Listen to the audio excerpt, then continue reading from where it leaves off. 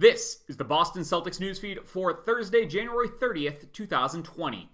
Reporting from Pittsfield, Massachusetts, I am Mike Walsh for CLNS Media, the leading online provider of audio-video content for the NBA's winningest franchise. As January draws to a close, the Celtics are nearing full strength once more. Boston should have its full starting lineup active this evening when the C's host Golden State for an 8 p.m. tip. According to the team's official Twitter feed, Brad Stevens noted that Jayson Tatum will return to the lineup tonight, though he will be on a minutes restriction after missing the entire 3-game road trip with a groin strain. Stevens also noted that the team will be again without reserve big man Inez Kanter, though he is not far from a return to the floor. Robert Williams III is also still out. For the once mighty Warriors, who now sit a league-worst 10-38, the injury report is a big one. Stephen Curry and Klay Thompson both remain out with major injuries, while Kevon Looney is also joining them on the sidelines with an abdominal injury. Golden State has lost 4 straight, including a matchup Tuesday night in Philadelphia. Boston, on the other hand, entering this one at 31-15. They're a half game behind Miami for the number 3 spot, and a game and a half from Toronto in second. The Heat are off tonight while the Raptors are in Cleveland. Celtics enter tonight's game as 13.5-point favorites against Golden State. That feels a bit odd to say, and that's a lot of points to cover, but if you're looking to pad your stacks a bit before the big Super Bowl weekend, why not check out our friends at betonline.ag.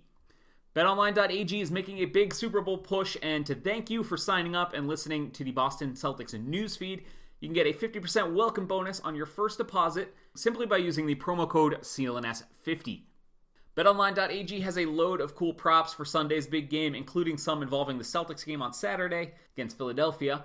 You can even bet on Team Fluff or Team Rough in the 15th annual Puppy Bowl. Team Rough somehow paying off right now at plus 200 in that one. Bring Super Bowl weekend home with our exclusive sportsbook partners, BetOnline.ag.